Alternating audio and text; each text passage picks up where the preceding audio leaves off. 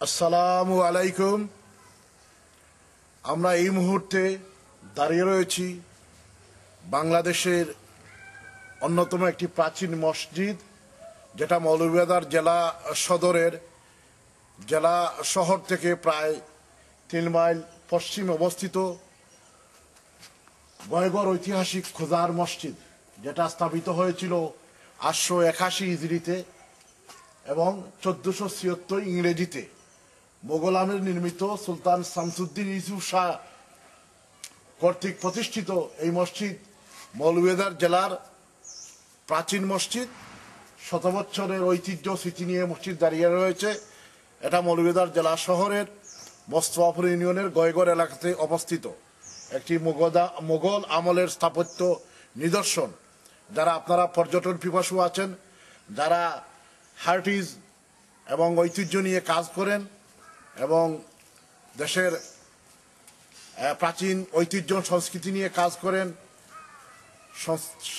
সুস্থ সংস্কৃতি চর্চা, সাংবাদিক চর্চা করেন এবং যারা পর্যটক আছেন, তারা এই মসজিদে এসে আপনারা দেখে যেতে পারেন।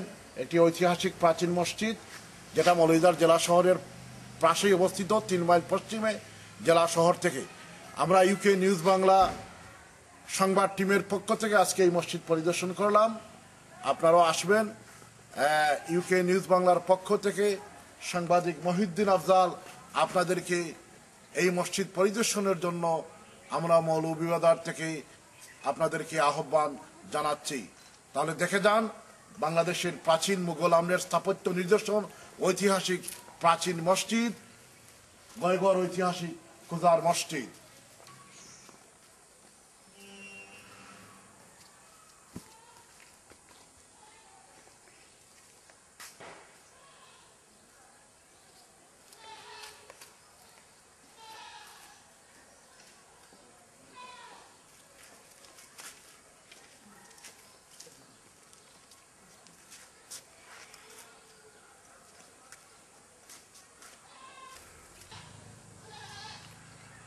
(1476 ইংরেজি,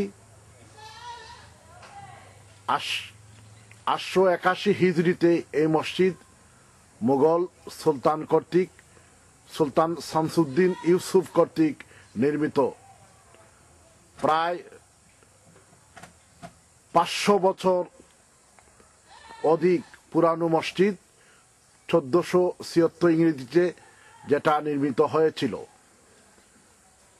আপনারা আসবেন, যারা স্থানীয় আছেন এসেই ওই ঐতিহাসিক মসজিদ পরিদর্শন করবেন। এখানে জুম্মার নামাজ অনুষ্ঠিত হয়, 5 ওয়াক্ত নামাজ অনুষ্ঠিত হয়।